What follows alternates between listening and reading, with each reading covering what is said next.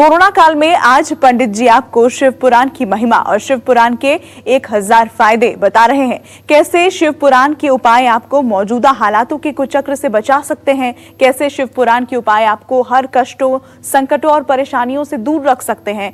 अब अपनी इस चर्चा को आगे बढ़ाते हुए बात करते हैं गुरु ग्रह, शुक्र ग्रह, शनि ग्रह और राहु ग्रह की। इन 4 ग्रहों की वजह से अगर आपको हेल्थ इश्यूज हो रहे हैं तो आपको ऐसे में शिव पुराण के कौन से उपाय करने चाहिए, आइए जानते हैं। पंडित जी, अगर इन 4 ग्रहों का जिनका हमने जिक्र किया, इनकी वजह से अगर किसी को स्वास्थ्य से संबंधित परेशानियां हो रही हैं तो शिव पुराण में इनके लिए क्या उपाय दिए गए?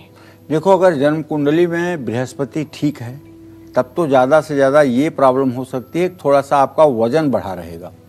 लेकिन अगर बृहस्पति खराब है, रोग भाव से संबंध बना रहा है, राहु या केतु अंतर्दशा प्रत्यंतर दशा में है, तो लीवर का रोग देता है। लीवर ट्रांसप्लांट तक की समस्या आती है। और ख़ास करके अगर केतु या बृहस्पति का संबंध 8वें भाव से बनता हो तब तो ये भयानक हो सकती है और ये काफ़ी जीवन के लिए कठिन बात हो सकती है। आंत से संबंधित बीमारी या अगर किसी को पेप्टिक अल्सर हो रहा है तो उसका बृहस्पति खराब होगा।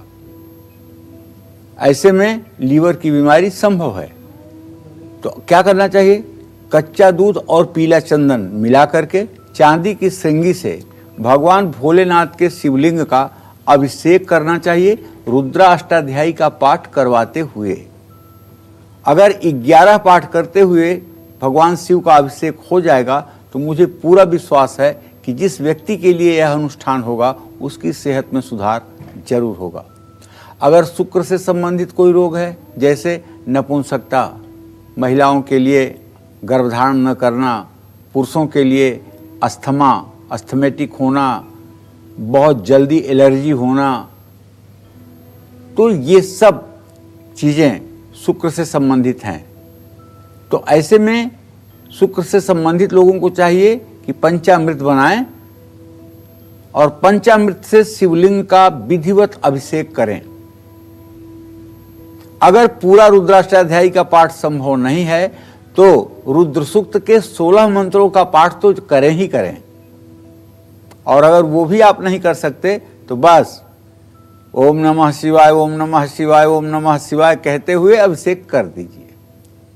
शनि से संबंधित रोग अगर हों, शनि से संबंधित क्या रोग है? जितने गंदे रोग होते हैं शनि देता है। जैसे एसिडिटी और गैस का कारक शनि है, किसी को कैंसर हुआ है उसका कारण शनि है, अगर किसी आदमी के शरीर से बदबू दुर्गंध निकलती है उसका कारण शनि है, किसी के हाथ पैर में पसीने इतने होते हैं कि पैर से स्लीपर खिसक जाता है, हाथ से पानी चूता है पसीने के रूप में, उसके लिए भी शनिदेव जिम्मेदार हैं।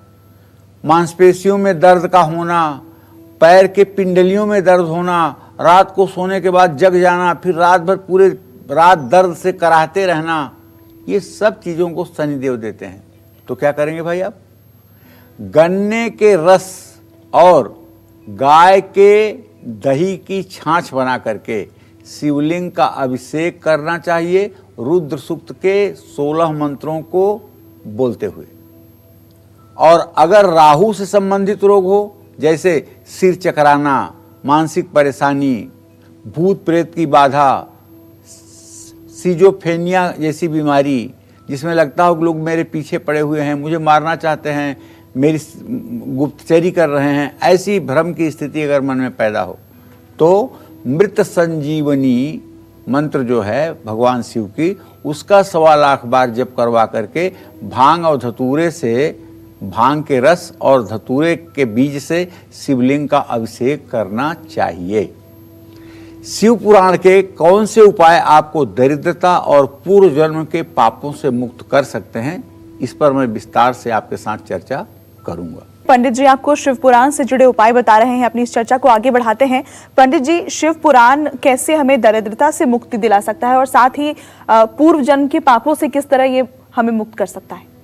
जानती हो, आशुतोष तुम औढ़र दानी, आरत हरहु दीन जन जानी, केवल भगवान शिव के बारे में आता है। भगवान राम क्या कहते हैं? सबकर ममता ताग बटोरी, ममऊर बसहु बांधी बर डोरी। सारी ममता मोह जो है तुम्हारे शरीर में, बेटे से, बेटी से, पति से, पत्नी से, परिवार से, संसार से, धन से, दौलत से, सबका त्याग करके और मजबूत डोरी से मेरे साथ बंध जाओ। सबकई ममता ताग बटोरी, ममऊर बसहु बांधि बर डोरी, ये भगवान राम कहते हैं।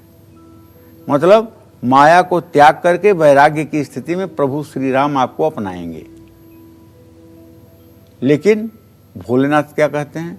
आशुतोष तुम अवधर दानी, आरत हरहु दीन जन जानी।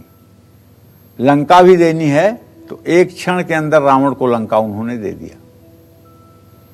रावण ने कैलाश उठा लिया था। जब पार्वती डगमगाई तो भगवान शिव ने अपने अंगूठे से जरा सा ऐसे पहाड़ को दबा दिया और रावण के जितने हाथ थे सभी हाथ उस पहाड़ के नीचे दब गए।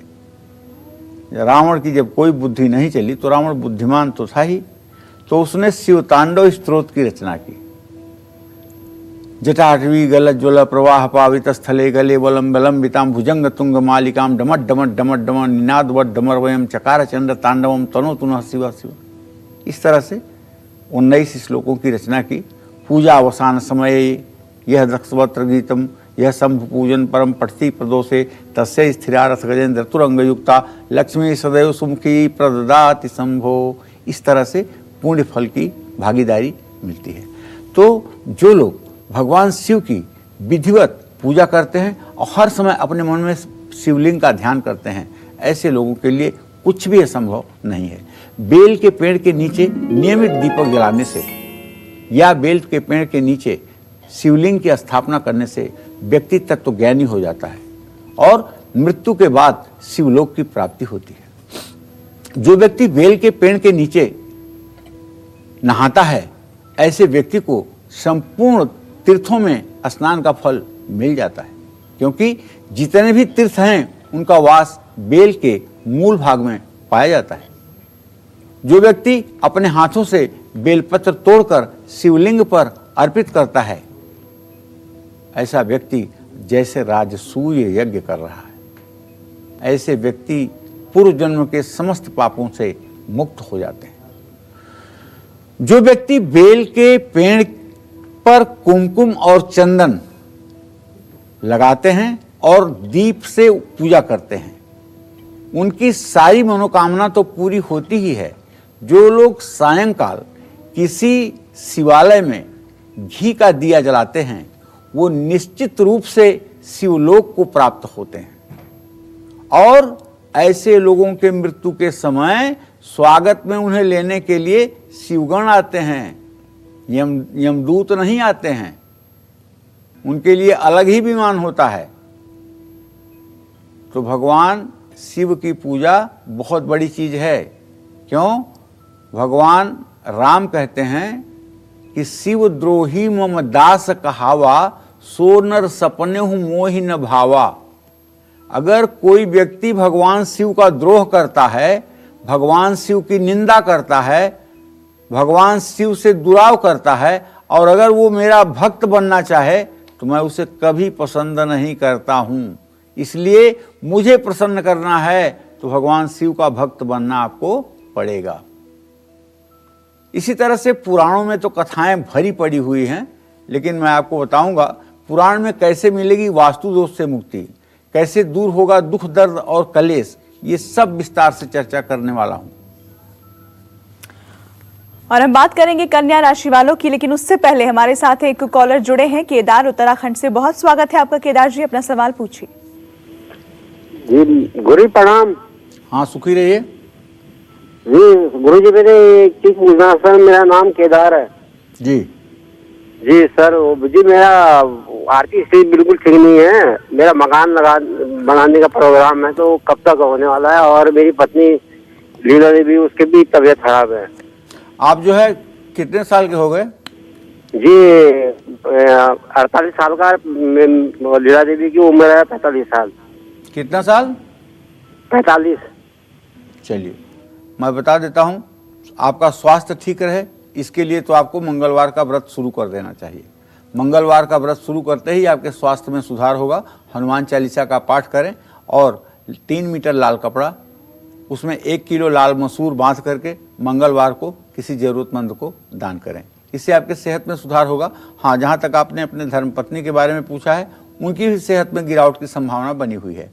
उनको आप कहिए कि वो हर शनिवार की शाम पीपल के पेड़ के नीचे मिट्टी के दिए में सरसों का तेल भर करके रुई की बत्ती डाल करके दीपक जलाएं और पीपल के पेड़ की 7 परिक्रमा करें। ये उपाय थोड़े दिनों तक करने के बाद धीरे धीरे उनकी सेहत में भी सुधार आ जाएगा।